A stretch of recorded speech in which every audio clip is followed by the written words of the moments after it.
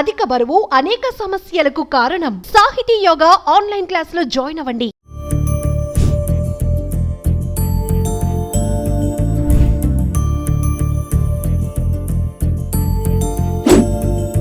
హైదరాబాదులో దిండిగల్ ప్రాంతంలో cement, iron, concrete ఈ మూడు లేకుండా ఇళ్ళను ఎప్పుడైనా కట్టడం చూసారా? కానీ ఇక్కడ కట్టారు. ప్రస్తుతం నేను ఆ ఇంటి ముందే ఉన్నాను. చాలా సహజ సిద్ధంగా 100 ఏళ్ల కిందట ఎలాంటి మెటీరియల్ వాడి ఇళ్లను కట్టారో ఆ ఇంటిని ఇప్పుడు మీకు చూపించే ప్రయత్నం చేస్తాను. రాగానే మనకి ఇక్కడ వినాయకుడు ఉన్నాడు, స్టాచ్యూ ఉంది. ఇది చాలా న్యాచురల్గా ఉంచండి. మొత్తం ఇది రాతితో ఉన్నటువంటి స్టాచ్యూ. అలాగే అటువైపున మనకి కుడివైపున ఆంజనేయ స్వామి విగ్రహం ఉంది. ఏ దేవాలయంలో అయినా ముందుగా విఘ్నేశ్వరుణ్ణి దర్శించుకోవాలి. అలాగే దుష్ట శక్తులను అలాగే చెడు ప్రభావాలను దూరం చేసేటువంటి దేవుడు హనుమంతుడు. లోపలికి వెళ్దాం. ఒకసారి లోపల ఉన్నటువంటి ఇంటి యజమానితో మనం మాట్లాడదాం. ఇంటి మొత్తాన్ని చూపించే ప్రయత్నం చేస్తాను.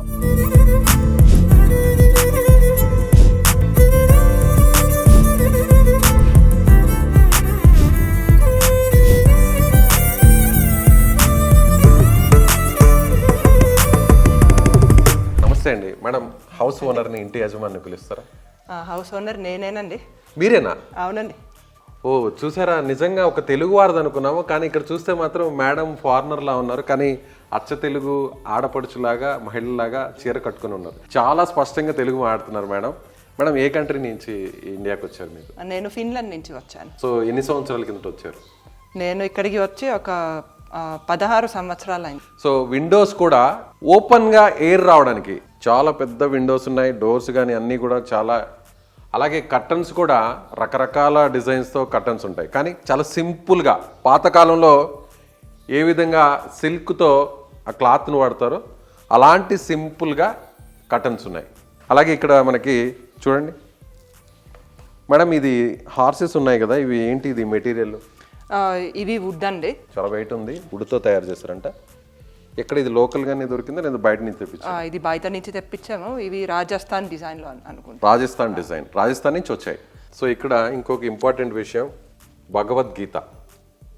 చాలామందికి ఇప్పుడున్న జనరేషన్కి అసలు ఓన్లీ స్కూల్స్లో, కాలేజెస్లో ఉన్న బుక్స్ తప్ప భగవద్గీత అనేది చాలామంది పిల్లలకి తెలియదు. కానీ ఇక్కడ చాలా సాంప్రదాయంగా, చాలా సింపుల్గా ఉన్నారు ఈ ఫ్యామిలీ. చదివారా మేడం మీరు భగవద్గీత? నేను కొంతవరకు చదివాను, ఫుల్గా చదవలేదు. కానీ మా అత్తగారికి చాలా ప్రేమ. అసలు ఇలాంటి ఇల్లు జనరల్గా మనం సినిమాల్లో చూస్తుంటాం, చిన్నప్పుడు ఎప్పుడో పూర్వీకుల దగ్గర చూస్తుంటాం. కానీ ఇలాంటి టైంలో, ఈ టైంలో అసలు ఎవరు కూడా ఇలాంటి ఇళ్ళని చూడరు. మేడం, ఇలాంటి ఇల్లు సినిమాల్లోనే చూస్తుంటాం. అసలు ఎలా అనిపించింది మేడం మీకు ఇలా ఇల్లు కట్టాలని? ఇలా ఇల్లు కట్టాలని మాకు చాలా రోజుల నుంచి ఐడియా ఉంది. అండ్ సినిమా వాళ్ళు కూడా వచ్చారు ఇక్కడ, షూటింగ్ చేశారు. Hit 2 cinema. హిట్ 2 సినిమా అడవి శేషుది. అవునండి, అడవి. ఈ ఇంట్లో, ఇదే ఇంట్లో. ఓ ఎస్, నాకు మొదటి నుంచి అనిపిస్తా ఉంది, ఎక్కడో చూసాను హిట్ 2 మూవీలో ఇల్లు మొత్తం. అంటే ఆ ఇంటి సీన్స్ అన్ని ఇక్కడే చేశారా? ఇక్కడ చాలా సీన్స్ చేశారు. ఎక్కడెక్కడ చేశారు మేడం? ఒకటి అక్కడ మా వంటింట్లో చేశారు. వంటింట్లో చేశారా? ఇక్కడ ఈ టేబుల్ దగ్గర చేశారు. డైనింగ్ టేబుల్ దగ్గర చేశారు. అటు సైడ్ ఇక్కడ కోర్ట్ యార్డ్ లో ఒక పాత రికార్డ్ చేశారు. సాంగ్ కూడా ఓకే, హిట్ 2 మూవీలో ఉండే సాంగ్ అంతా కూడా ఇక్కడే షూట్ చేశారు. ఊరికే సాంగ్ ఉంది చూసారా? ఆ సాంగ్ మొత్తం ఇక్కడే షూట్ చేశారు. ఎన్ని రోజులు షూట్ చేశారు మేడం? ఒక 10 రోజుల వరకు చేశారండి. అంటే ఇంటిని చూశాక వాళ్ళకి ఇక్కడే తీయాలనిపించిందా, లేదంటే మీరేమన్నా వాళ్ళకి ఫొటోస్ పంపించడం అలా జరిగింది? డైరెక్టర్ ఆయన లేదా ఆయనకి తెలిసిన వాళ్ళు ఇక్కడ చుట్టుపక్కల డ్రైవింగ్ లో ఉంటే వాళ్ళకి రోడ్ మీద నుంచి ఇల్లు కనబడింది. వాళ్ళు వచ్చి కనుక్కున్నారు ఇది ఏమిటి, ఇల్లు ఎలా ఉందో. ఆ తర్వాత వాళ్ళు ఫొటోస్ తీసి వాళ్ళ సినిమా వాళ్ళకి చూపించారు. ఇలా ఈ ఇల్లు ఉంది, ఇలా కొంచెం స్పెషల్ టైప్. ఆ తర్వాత మళ్ళీ డైరెక్టర్కి ఇంట్రెస్ట్ పుట్టింది ఇక్కడ షూటింగ్ చేయాలని, శైలేష్ కొలన్ గారికి. ఓకే, మరి హీరో, హీరోయిన్ అందరూ, డైరెక్టర్స్ అందరూ ఇక్కడే ఉన్నారు? ఇక్కడే ఉన్నారా? అంటే వాళ్ళు పొద్దున్న వచ్చి సాయంత్రం వెళ్ళేవారు. మేడం, ఈ డిజైన్ అంతా మీరు మీ ఇష్టంతో కట్టారా, లేదా సార్ ఇన్వాల్వ్మెంట్ ఏమైనా ఉంటుంది? ఇది మొత్తం సార్ ఇన్వాల్వ్మెంట్ అండి. సారే డిజైన్ ఇచ్చారు. ఆ తర్వాత మా ఆర్కిటెక్ట్ ఇలాంటి ఇల్లు చాలా సంవత్సరాల నుంచి ఆయనకి కట్టాలని ఉండింది. ఇంకొక విషయం ఏంటంటే, ఇక్కడ లోపలికి వస్తుంటే నేను చల్లగా ఉంది కాళ్ళకి. అంటే ఎందుకంటే ఇక్కడ మనం ప్లాట్ఫామ్ ఒకసారి చూస్తే పాతకాలంలో మనకి నాపరాలు ఉన్నాయి చూసారా, అంతే. ఎలాంటి టైల్స్ కానీ మార్బుల్స్ కానీ గ్రానైట్ కానీ ఎక్కడా వాడలేదు. 100 ఏళ్ల కిందట వాడేటువంటి ప్లాట్ఫామే ఇది. సో మరొక విషయం ఏంటంటే రాగానే ఇక్కడ మనకి ఒక రాతి స్తంభం కనిపిస్తుంది. మొత్తం స్టోనే, ఇది కంప్లీట్గా స్టోనే. దీని మీద వుడ్తో తయారు చేసిన గణేష్ విగ్రహం కూడా ఇక్కడ కూడా ఉంది. అంటే ఎదురుగా ఎవరైనా వచ్చినా ఇంట్లోకి వారికి నేరుగా గణేశుడే వెల్కమ్ చెప్తున్నారనమాట. అలాగే ఇక్కడికి వస్తే ఇంకొక విచిత్రం ఏంటంటే మనకి చూడొచ్చు, ఎక్కడైనా కూడా మనకి ఏ ఇంట్లో అయినా కూడా పిల్లర్స్ ఉంటాయి, కాంక్రీట్తో తయారు చేసిన పిల్లర్స్ ఉంటాయి. కానీ ఇక్కడ కంప్లీట్గా స్టోన్తో ఉంది చూడండి, కంప్లీట్గా. మేడం మొత్తం ఇది స్టోనేనా? అవునండి, ఇది మొత్తం స్టోన్. ఈ పిల్లర్స్ మేము తమిళనాడు నుంచి, మహాబలిపురం నుంచి, తమిళనాడు నుంచి, మహాబలిపురం నుంచి, అక్కడి నుంచి తెప్పించాము. ఓ, అంటే మహాబలిపురం చాలా ఫేమస్, అక్కడ శిలలకు శిల్పాలకు చాలా ఫేమస్. అలాంటి చోట నుంచి తమిళనాడులోని మహాబలిపురం నుంచి ఈ స్టోన్స్ని, ఈ పిల్లర్స్ని తెప్పించారంట. ఇదంతా కూడా చూడొచ్చు సింగిల్ స్టోన్, ఇదంతా కూడా. ఇవి ఇలాంటి స్తూపాలు స్టోన్స్ మనకి ఎక్కడుంటాయంటే కేవలం దేవాలయాల్లోనే కనిపిస్తాయి, అవి కూడా పురాతన దేవాలయాలు. ఇది వరకు సిమెంట్ ఏమన్నా వాడారా దీని వరకు? ఇక్కడ సిమెంట్ అసలు సిమెంట్ కాదు, మరి ఇదేంటి మేడం? ఇక్కడ మేము సున్నంతో కట్టాం. సున్నం మొత్తం మొత్తం సున్నం, ఎక్కడ కూడా సిమెంట్ లేదు, ఆర్సీసీ లేదు, అలా న్యాచురల్ గా అంతా కట్టేసాం. 100 ఏళ్ల కిందట ఎలాంటి మెటీరియల్ వాడారో ఎగ్జాక్ట్ గా అదే వాడారు. ఇక్కడ మనకి ఇటుకరాళ్ళు కనిపిస్తున్నాయి. ఆ ఇటుకరాళ్ళు కూడా ఎంత స్ట్రాంగ్గా ఉన్నాయంటే, అలాగే సిమెంట్ వాడకుండా ఇటుక మీద పెట్టేటప్పుడు మనం జనరల్గా సిమెంట్నే వాడతాం. సిమెంట్ లేకుండా ఎలాంటి కన్స్ట్రక్షన్ ఇప్పుడు అసలు ఈ రోజుల్లో లేదు. కానీ సున్నం, పాతకాలంలో సిమెంటు లేని సమయంలో ఈ సున్నాన్ని వాడి ఇళ్లను కట్టేవారు. సో అదే పద్ధతిలో ఇప్పుడు దీన్ని కన్స్ట్రక్షన్ చేశారంటున్నారు. సో ఇంకా కూడా చూపించే ప్రయత్నం చేస్తాను మీకు, రండి. ఇక్కడ మనం కొన్ని షెల్ఫ్లను తీసుకొస్తుంటారు, చాలా చాలా కాస్ట్లీగా ఉండేటువంటి మెటీరియల్ తీసుకొచ్చి వుడ్ వర్క్ చేయిస్తుంటారు ఎక్కడికైనా కూడా.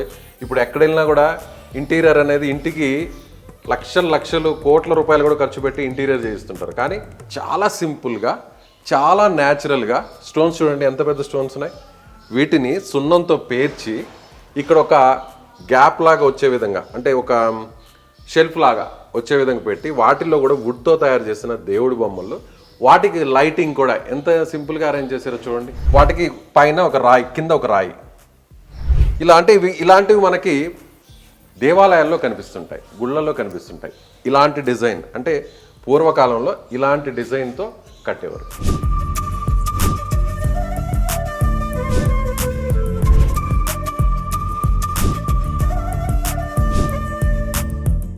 ఈ కాంక్రీట్ లైఫ్లో మనకి చిన్న చిన్న విండోస్ ఉంటాయి, ఎక్కడ ఇంటి మధ్యలో గాలి వెలుతురు వచ్చే పరిస్థితి. కానీ ఇక్కడ ఇంటి మధ్యలో పాతకాలంలో మనం చాలా సినిమాల్లో చూస్తుంటాం, పైన నుంచి వెలుతురు వస్తుంటుంది, ఎండ పడుతుంటుంది, వర్షం పడుతుంది. ఆ వర్షం పడినటువంటి వర్షపు నీరంతా కూడా ఇక్కడ స్టోరేజ్ అవుతుంది.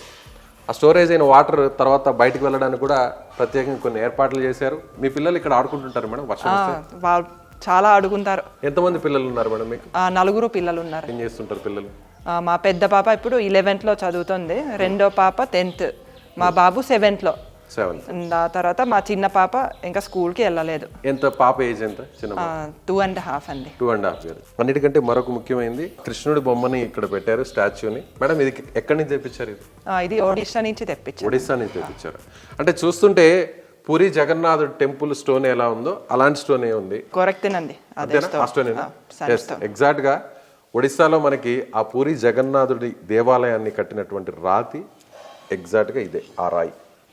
ప్రశాంతంగా ఇక్కడ కూర్చుంటే ఒక్కసారిగా మనసు చాలా నిర్మలంగా ఉంటుంది. పక్కనే తులసి కోట ఉంది, కృష్ణుడు ఉన్నాడు, చాలా ప్రశాంతంగా ఉంటుంది. పైనుంచి మంచి వెంటిలేషన్ వస్తుంది, మంచి అసలు సన్లైట్ అనేది ఇప్పుడు ఈ కాంక్రీట్ లైఫ్లో అందరికి పడట్లేదు. ఎక్కడ డి విటమిన్ లోపంతోనే ఎక్కడ చూసినా అదే కనిపిస్తుంది మనకి. ఎలాంటి ప్రాబ్లమ్స్ లేకుండా ఇక్కడ ఉంటే ఇంకొక 20 సంవత్సరాలు ఎక్స్ట్రా బతకచ్చు ఇంట్లో ఉంటాయి. ఇంకా చూపిస్తాను రండి మీకు. ఇంకోటి కూడా మనకి పిల్లర్స్ బీమ్ లేకుండా ఏ స్లాబ్ ఉండదు. ఇంకొక స్పెషాలిటీ కూడా ఉంది. పైనంతా కూడా మనకి మొత్తం దూలాలే, వుడ్తో తయారు చేసిన పాతకాలంలో 100 ఏళ్ల కిందట అంతకు మునుపు ఉన్నటువంటి ఇల్లు ఏదైతే ఉన్నాయో మేడం, ఇదంతా కూడా వుడ్డేనా? ఇది అంతా సాల్వుడ్ అండి. ఆ, ఇది ఛత్తీస్గఢ్ నుంచి వచ్చింది. కొన్ని పెద్ద పెద్ద దూలాలు నేపాల్ బోర్డర్ నుంచి కూడా తెప్పించాం. మొత్తం పైనంతా కూడా మీకు కనిపిస్తుండేది కాంక్రీట్ కాదండి, మొత్తం రాయే. చూడొచ్చు పైన. మేడం అసలు ఎలా నిలబడుతుంది మేడం? అసలు రాళ్ళు ఎలా నిలబడుతున్నాయి? అదే మన దూలాల వల్ల రాళ్ళు ఉంటాయి. ఓకే, ఆ దూలాల్ని సపోర్ట్ చేసుకొని దానిపైన రాళ్ళు ఉన్నాయి. ఇక్కడ మన ఈ చెక్క పిల్లర్స్ ఉన్నాయి, రాతి పిల్లర్స్ ఉన్నాయి. వాటి వల్ల మనకి సపోర్ట్ వస్తుంది. మామూలుగా పిల్లర్ లోపల ఐరన్ ఉంటుంది, ఐరన్ రాడ్స్. ఆ తర్వాత పిల్లర్ వస్తాయి, దానిపైన బీమ్స్ వచ్చి దానిపైన స్లాబ్, కాంక్రీట్ స్లాబ్ ఉంటుంది. కానీ ఇక్కడ ఎక్కడ చూసినా కూడా ఇద్దండి వుడ్, కంప్లీట్ వుడ్. ఇది ఈ సైజులో వుడ్ దొరకడం అనేది అసలు ఎక్కడా లేదు, ఉండదు. సో దీన్ని బేస్ చేసుకొని ఆ పైన దూలాలు ఉన్నాయి, దూలాల పైన రాళ్ళు ఉన్నాయి కంప్లీట్గా. రైట్. అలాగే ఇటు సైడ్ వస్తే వాళ్ళు మనకి చూడొచ్చు ఎంత పెద్ద పెద్ద స్టోన్స్. ఇంత పెద్ద స్టోన్స్ ఎక్కడ దొరికాయి మేడం? అంటే న్యాచురల్గా ఉన్న వాటినే మీరు ఇక్కడ బిగించారా లేదంటే ప్రత్యేకంగా తెప్పించారా?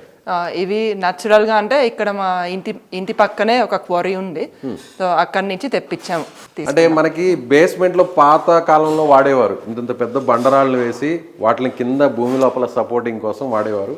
దాన్నే ఇక్కడ ఒక కంప్లీట్గా ఒక వాల్గా చేశారు. దీని లోపల ఒక రూమ్ ఉంది, ఒక బెడ్రూమ్లా ఉన్నట్టుంది. ఇది పాతకాలంలో ఎలాంటి మనకి డోర్స్ ఉంటాయో ఆ డోర్ ఉంది. ఆ పైన డిజైన్ కూడా చూడొచ్చు. సో కింద కూడా పసుపు కుంకుమ కనిపించే విధంగా కలర్స్తో ముగ్గులు అవన్నీ కూడా ఉన్నాయి. ఇక్కడ పైన చూడండి, ఎక్కడ ఎలాంటి కాంక్రీట్ కానీ బీమ్ లేదు, రాయి సపోర్టింగ్గా రాయి పెట్టారు, ఒక నాపరాయి.